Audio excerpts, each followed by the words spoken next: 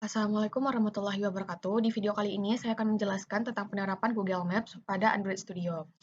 Di era global saat ini, aplikasi mobile itu telah menyematkan fitur lokasi yang mendukung fungsinya. Tentunya mobile ini juga menggunakan GPS yang disediakan oleh perangkat. Maka dari itu, pada lokasi kita saat ini, informasi lokasi ini ditampilkan pada peta sehingga kita bisa lebih mudah memahami aplikasi oleh pengguna itu sendiri. Google juga menyediakan API yang berfungsi untuk menyediakan fitur yang berbasis lokasi, yaitu Map API yang berasal dari Google Play Service. Android ini menyediakan Map SDK yang dapat digunakan untuk menambahkan Google Map pada aplikasi yang ingin kita kembangkan. API ini disediakan secara otomatis mengatur proses permintaan data ke Google Maps Server, proses pengunduhan data, menampilkan peta pada layar, dan juga respon terhadap aksi yang pengguna berikan kepada peta tersebut. Untuk mengembangkan aplikasi ini, Android Studio itu telah menyediakan template khusus yaitu Google Maps Activity yang akan kita gunakan pada uh, project kita kali ini. Nah, yaitu yang pertama kita disuruh terlebih dahulu untuk membuat belajar Google Maps 1 di sini. Nah, pada pertemuan sebelumnya itu yang pertama disuruh untuk membuat Google Map yang pertama, di mana di sini ada tentunya Map Activity, terus ada layout Activity Map. Activity Map-nya itu berbentuk seperti ini. Lalu Map Activity ini yang pertama yaitu ada import, terus ada variabel untuk menyimpan objek Google Map.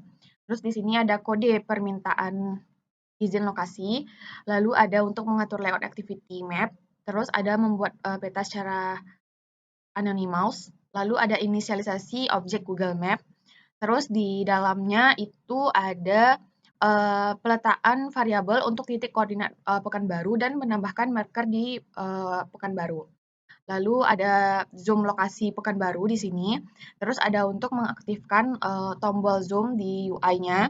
Terus ini merupakan izin lokasi yang diberikan tampilan lokasi pengguna di peta.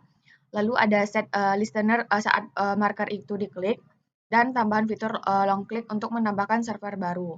Terus di sini juga terdapat tampilan peta normal. Ini bisa kita pilih. Terus hybrid, satelit ataupun medan atau terrain. Selanjutnya di sini ada izin lokasi disetujui aktifan peta lokasi saya, itu ya lokasi saat ini. Lalu jika izinnya ditolak, itu tampilan pesan aplikasi ini membutuhkan akses lokal. Nah, sebelum itu kita juga harus membuat di Android Manifest itu ini ke link ini kita buat dulu developer Google-nya, kita daftarkan dulu. Nanti di sana kita akan mendapatkan Android value-nya itu berapa. Di sini kita copy saja. Lalu di bagian build Gradles-nya juga kita tambahkan yaitu Android template action di bagian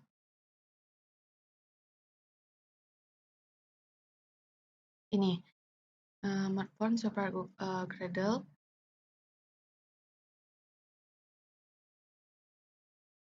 Lalu di activity map-nya kita buat fragmentnya itu seperti apa.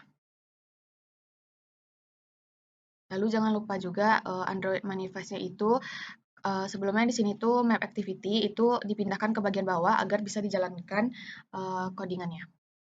Baiklah, kita akan masuk ke soal pertama, yaitu apa fungsi dari function onMap, di mana function tersebut terdapat di bagian baris 31 ini, di mana function ini akan dijalankan ketika peta itu sudah siap digunakan. Di mana fungsi onMapReady ini sendiri itu yang pertama tentunya untuk menambahkan marker default di Pekanbaru. Terus mengatur tampilan kamera ketika di zoom di bagian ini. Lalu ada untuk mengaktifkan tombol UI di bagian ini, tombol UI pada zoom peta. Terus untuk mengecek dan mengaktifkan fitur lokasi pengguna jika diberikan izin. Dan yang terakhir itu menambahkan listener untuk klik marker dan klik lama pada peta. Terus yang kedua, apa maksud dari kode program yang telah terdapat pada function on map ready tersebut katanya. Jawabannya itu adalah yang pertama pada map Google Map ini itu ada inisialisasi objek Google Map agar bisa digunakan di seluruh kelas. Lalu ada map add marker itu gunanya untuk menambahkan marker koordinat di Pekanbaru. Terus ada map move kamera di sini itu gunanya untuk mengarahkan kamera ke lokasi Pekanbaru dengan zoom level 12 di sini. Terus ada map UI setting di sini itu untuk menampilkan tombol zoom di UI peta. Lalu ada if activity command cell permission di sini itu berguna untuk mengecek izin lokasi dan jika sudah diberikan mengaktifkan fitur lokasi Anda. Terus ada map set on marker on create listener di sini merupakan untuk menyambungkan event saat marker diklik meskipun di sini tidak ada aksi khusus.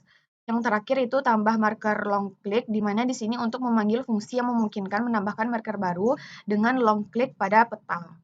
Selanjutnya itu di mana terdapat cara menambahkan titik baru pada aplikasi peta, jelaskan prosesnya sesuai dengan tertera pada modul. Nah, untuk tempatnya itu berada di bagian bawah marker long click ini, di mana fungsi ini map ready, terus fungsi ini juga dipasang ke peta saat pengguna tekan lama di suatu lokasi, maka koordinat lokasi dikonvensi menjadi alamat pakai geocoder. Buat juga objek marker itu marker option di sini. Terus yang berisi posisi alamat dan warna magenta juga, lalu marker yang ditambahkan ke peta. Terus fungsi ini juga artinya pengguna tekan lama pada peta, kode di dalam blok itu akan dijalankan. Di mana titik koordinatnya itu yaitu letting ini akan diambil dari posisi sentuhan dan fungsi get alamat dipanggil untuk mengambil alamat di koordinat. Marker baru ditambahkan di titik tersebut dengan warna ungu dan dan teks alamatnya. Dan di sini juga ada judul marker dan alamat sebagai deskripsi tambahannya. Selanjutnya kita masuk ke penjelasan soal Google Map 2, di mana di sini tentunya juga ada map activity, di mana map activity-nya ada kelas map activity-nya terlebih dahulu, terus ada objek Google Map, terus ada API Silent Google, terus ada permintaan lokasi dan view binding untuk XML. Terus menghubungkan layout dengan binding, lalu ada mengambil fragmen peta dan mendapatkan callback-nya ketika peta itu siap. Terus ketika peta tadi udah siap, itu akan menyimpan seluruh referensinya ke Google Map dengan mencek dulu tuh permission lokasinya yang diberikan dan membuat koneksi ke Google API client. Terus saat koneksi berhasil itu akan ada update lokasi, terus ada interval tercepat update dan akurasi seimbang. Terus ada fungsi untuk cari lokasi berdasarkan input dari user dan juga ada juga untuk tidak melakukan apa-apa saat koneksi tertunda dan tidak melakukan apa-apa saat koneksi gagal. Terus di Android manifestnya itu masih sama, itu kita juga ke developers untuk Google dulu. Terus kita daftarkanlah di situ nama project kita. Lalu kita juga mendapatkan name dan value-nya itu berapa nanti di copy di sini. Terus di sini map activity sudah true. Dan di layout-nya juga kita tambah di activity map itu seperti ini bentuknya berupa fragmen saja agar tampilannya itu selayar penuh. Terus di sini ditambahkan juga Gradle-nya yaitu Google Android Play Service Location. Selanjutnya kita masuk ke pembahasan Google Map yang ketiga, di mana Google Map yang ketiga ini yang pertama yaitu pada main activity itu ada variabel map view untuk menampilkan peta, terus ada inisialisasi map libre. Ini berbeda dengan Google Map 1 dan Google Map 2. Terus ada ambil referensi map view dari layout, terus ketika map view itu sudah siap, itu akan diatur stylenya dan dipanggil fungsinya menambahkan bar. Terus fungsinya itu menambahkan marker ke peta dengan mengambil gambar marker, terus tambahkan gambar ke style, fitur koordinat, dan membuat layer simbol menggunakan source di atasnya. Terus memindahkan kamera ke koordinat Pekanbaru. Terus di sini ada left scale map view-nya agar tetap sinkron dengan activity. Terus, perbedaannya itu di Google Map 1 dan Google Map 2 itu di bagian, sini, itu pada Maplibre ini ditambahkan metadata, di sini, Maplibre-nya ini, kita buat dan yang value-nya ini kita salin dari Google. Terus pada layout-nya itu activity main-nya itu seperti ini, juga berbentuk fragmen agar dia tuh muncul selayar, dan untuk bulk Gradle-nya di sini ditambahkan Maplibre dan Maplibre Java Edition. Nah, ini merupakan tampilan pada Google Map. Yang pertama, di sini karena saya menggunakan running-nya itu menggunakan Google Pixel 7, itu sudah saya perbaiki, tidak bisa tampil map-nya. Jika pakai ngerunnya pakai ini, itu di laptop saya itu tidak bisa. Maka kalau misalnya di lab kemarin itu bisa di run, itu di sini akan muncul map. Nah, inilah tombol dari zoom dan minimize pada layarnya.